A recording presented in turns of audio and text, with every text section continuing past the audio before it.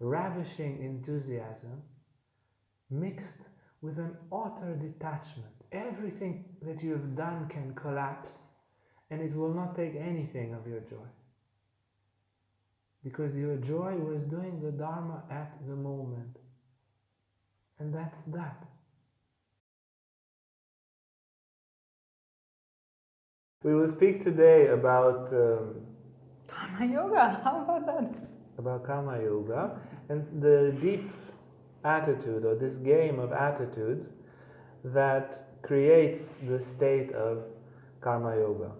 So as you can see on the slide, we have one factor that is the level of enthusiasm, and in the absence of enthusiasm we have indifference. And the other part of the slide, or the other factor there, is a level of tension and attachment on one side, and selfishness on one side, and a detached, relaxed attitude on the other side.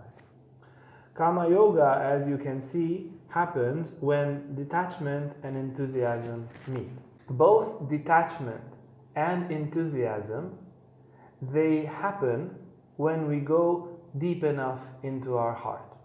When we try to be detached and we are at the outskirts of our being, we are in the egoistic, agitated mind level, and we try to be detached, we will be indifferent. Yeah, it is very common today in the New Age movement. You try to be detached by pasting indifference. You actually care and you pretend you don't care.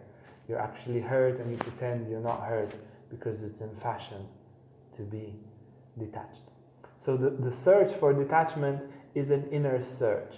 There is a part deep inside of you which is already detached. But you need to go through who?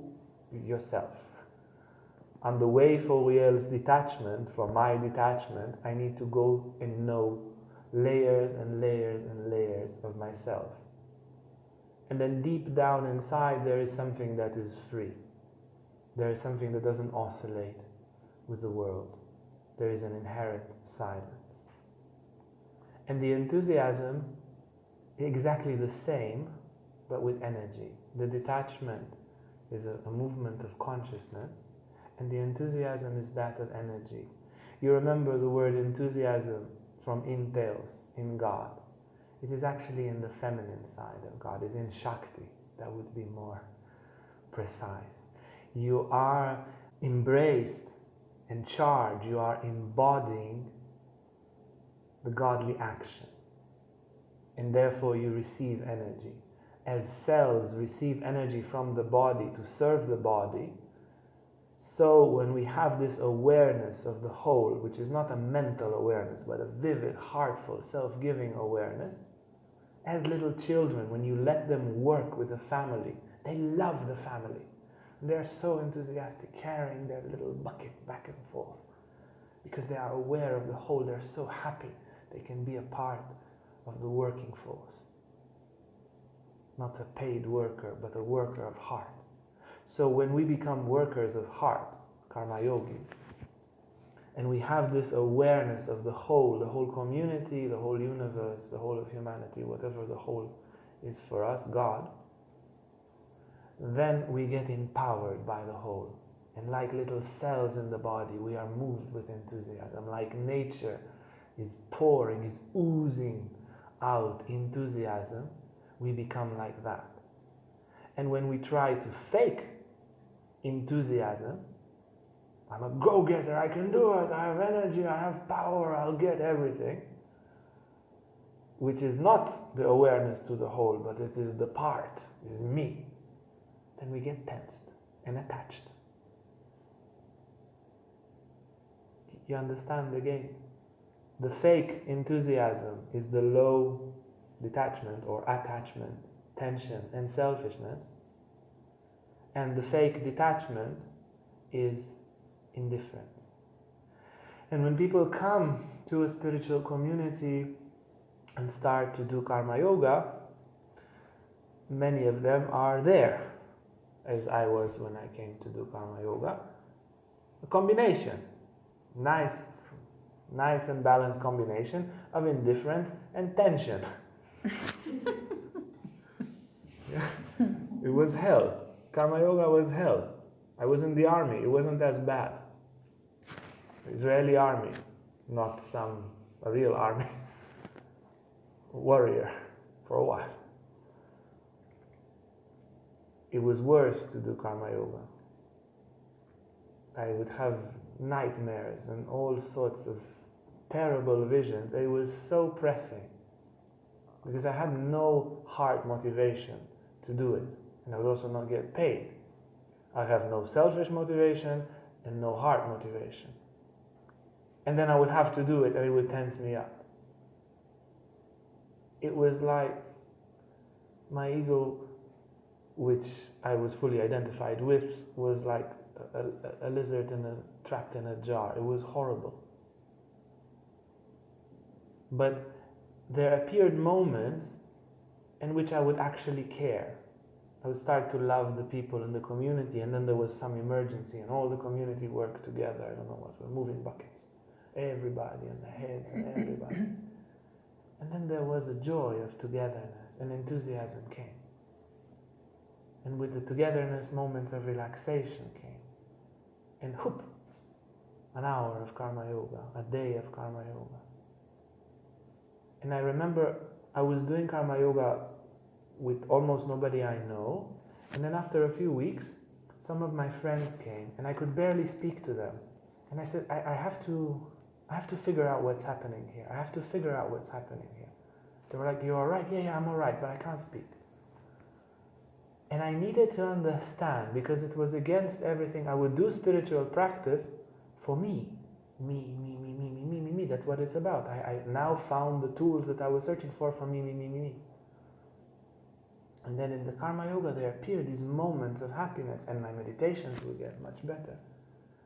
But it took me some months to understand that this is what's happening. When I click to loving the community and working out of love from the community, I relax and become enthusiastic. And then this light of Karma Yoga, I'm empowered by a greater force and is so happy. And then I lose my heart, go back to my superficial part and live in hell a few days. And then in and then out. And in time, it became clear.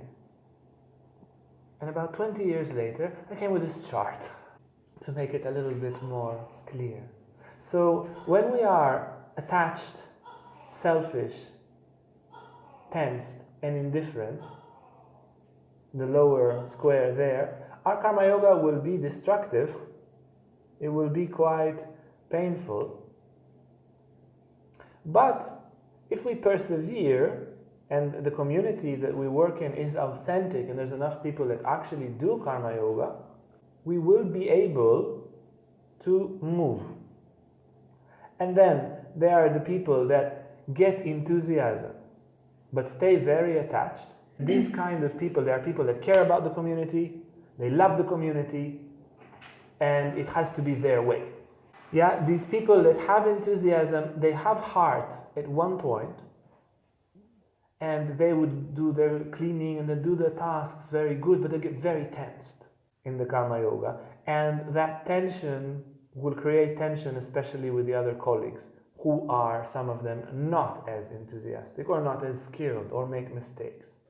And in this stage, when we do Karma Yoga that way, we would tend to judge other people and get very tensed and get very stressed, and we stressed about our time and stressed about when will I do my meditation, and it's all taking so long. It gets very, very agitated when we have enthusiasm and not detachment.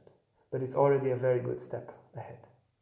And then on the other side, when we are quite detached, and there's quite a lot of people, I would say even more common this stage, in which we are quite detached, fine, maybe the community will go bankrupt.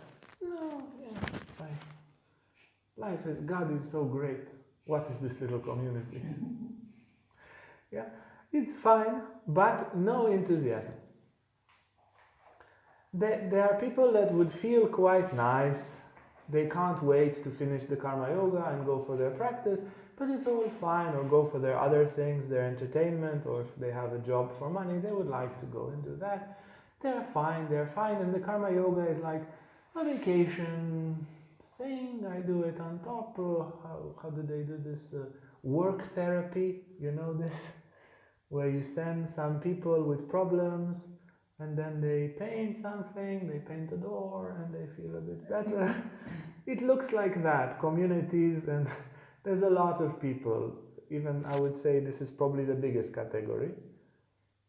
Yes, I work, but it doesn't disturb me, and they don't get to engage, and the work looks fuzzy. No, it's a vacation work. It's a work therapy kind of thing. It's nothing efficient there. The community itself, a community of such people, will eventually collapse because it won't have the efficiency. It wouldn't produce enough value to be justified in the universe. Or maybe there's one sucker over there that's enthusiastic and selfish and tensed, and is working for everyone, and somehow it is balancing out. And if you find yourself in these three, you need to see what you need to amplify. And you will amplify both enthusiasm by awakening the heart, and detachment by going deep into the inner silent, and therefore be able to move on. You see, when you do karma yoga like this, it's relaxing. You can go on for years doing somehow karma yoga like that, but it doesn't really... You're like Krishna, you speak very nicely in the Gita, but I don't understand the big deal. It's nice, work, occupation, it's lovely, but I don't feel all these spiritual states that you're feeling. Yeah, because you don't care. You don't care. You're not enthusiastic, and you don't let the Dharma work through you. You don't let the divine will work through you. You let it inspire you a bit, so you do your work therapy there, and you stay rested, and your clothes stay clean while you work. It's fine. You don't get dirty. So it doesn't really happen. The magic of karma yoga will come when we balance our tendency. We find ourselves there, we are enthusiastic, but we judge everyone, and we are tensed, and we are so worried and stressed that the work wouldn't go well, and we are so attached to the fruits of the action, which is the mistake of karma yoga. We need it to be like that. We are enthusiastic, we feel God wants it, and then we think, I want it this way, and we get tensed. Then we bring actively, meditate with godly detachment, do all the techniques to detach, the technique with the moment of death and so forth. And if we are in this calm vacation space, very detached but not really engaged and loving and enthusiastic, so this is the thing to do. You get moving, get dynamic, care. See yourself as an active, vibrant, important organ of the whole you are a part of. Let it burn inside of you. And when you are burning and yearning to do your work, to clean the closet, write a course, go to the bank, go to the lawyer, fix a car, clean the garden, write a book, but do it in this karma yoga style, it is a magical combination. It is, when karma yoga happens, it is almost outside of the human experience, at least of the normal social experience.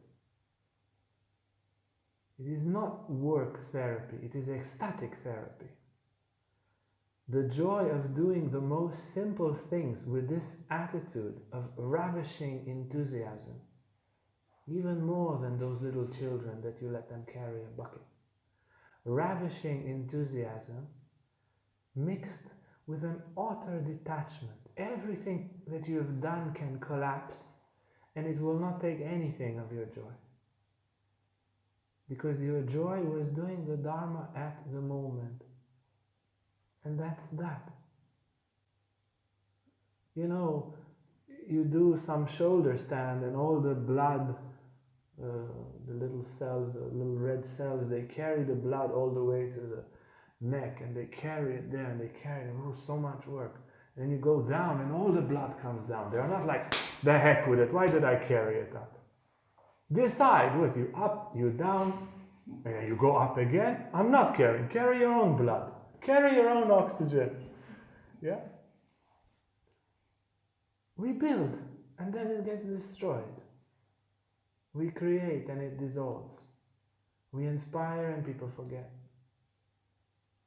But we do our Dharma. And when we do with this attitude, just two things, deep detachment and real enthusiasm, ecstasy appears in action. There's nothing like it. It's as sweet as lovemaking, as sweet as your deepest meditation. You're sorting the garbage, ecstatically washing somebody's socks. It's ecstatic, and it can be cultivated. And if you understand where you are, you understand by now how through resonance and yoga and meditation and self-inquiry, such essential qualities can be acquired. And then you recall that attitude as you work, and the magic of Karma Yoga appears. We had a nice synchronicity because today in class we spoke about the prophet Ezekiel, the crazy prophet, and not now to repeat the whole story, you can watch the video on YouTube. Yes. But the point is he did a whole lot of crazy stuff in order to basically enact the prophecies of God, which was basically, Israel, you have screwed up so hard, you're all going down. You're going down, there's nothing you can do about it. And this guy, Ezekiel over here, he will say it in weird ways by shaving off his hair and hitting it with the sword and burning a part and throwing other hair in the wind and putting some hair in his clothes and then burning it again. All sorts of weird things that nobody really understands. But it will be the message for Israel that you are going down. And by the way, you, Ezekiel, you have to do all these crazy things. Also lie on your side for over a year, and only eat things that were baked over human poop. And nobody is going to listen to you. And the relevant question that was put was, why would God do such a thing? Why would he not, actually very wisely it was asked, why would he not do something that would work, where people would listen? Why would he not have him do something meaningful in that way? But actually the interesting thing is that exactly that expression was meaningful, even though maybe the Dharma, so to say, is not so easy for us to understand why things sometimes have to happen in a certain way. But if then done full of enthusiasm and full of detachment, like Ezekiel did, then for him it brought him salvation, and he became one of the 3 big prophets of the Bible, and of course has all the merits from those actions. Even though for everybody else around it was like, okay, why this guy would enthusiastically lie on his side and eat only things baked over human poop, we will never understand. But for him, it was done in the right attitude, and therefore leading him to salvation. So it was it's very nice overlap. I mean, the thing about it, he did his Dharma. People didn't know that exactly what he said would happen. And he wasn't necessarily very popular at the time. But then later, they say, well, exactly what he said. This amount was dead, this amount was taken capture, this time was the exile. Very precise, everything very, very clear. And guess what? He predicted the coming of Christ. And it allowed generations after to say, well, if this prophet who said, he didn't just say it, he enacted it, all sorts of events that happened exactly as he said, and then he speaks about the coming of Christ with that precision, it helped people roughly 500-600 years later to kindle their faith and to recognize that this was the person that Ezekiel, Isaiah, Moses, and Habakkuk and all the prophets spoke about. So it had a lot of meaning, but just with a little bit later. Guys, 600 years, hold your breath. What is for God 600 years? for humanity. The entire humanity, it needed time to bake on this side. 600 years, it's ready. Ding, send the Messiah.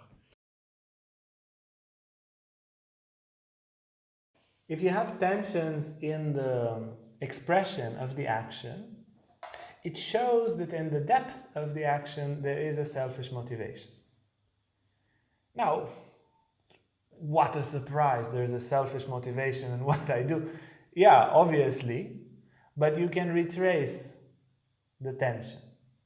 And as we move from having selfish motivations, personal agenda, working from personal agenda, less and less, by exposing it to the light, seeing, okay, this is, and then awakening the heart and devotion, and in this active, dynamic, dancing like wish to serve the whole and to serve God, that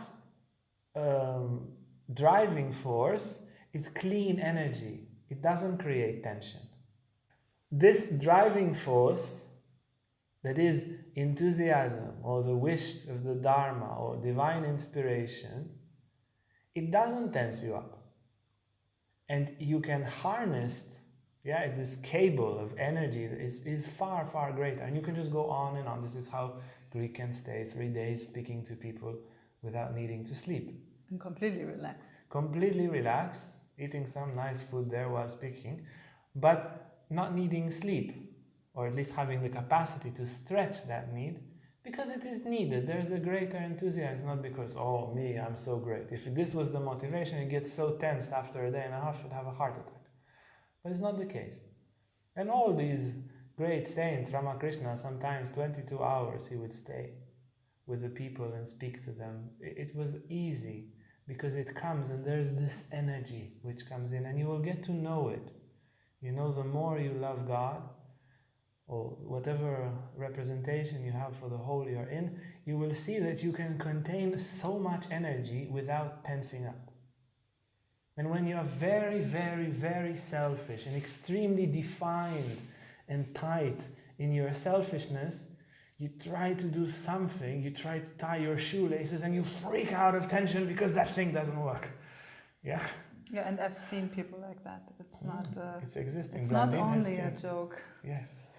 No, but really, I mean, this is when you are coming closer to certain mental disturbances and so forth. It's like that. You cannot anymore close your shoes because you are so attached and so tense and so mentalized about everything that you do. So it's like exactly like that. And you have a milder form of that. All of us have a certain mental illness that we call the ego. And that mental illness creates tension. It's normal like that. Hey guys, if you like this video, make sure to like and subscribe to our YouTube channel for more content on spirituality, Tantra and more. And if you want to sign up for our online classes or for our retreats, you can see our website on the description below.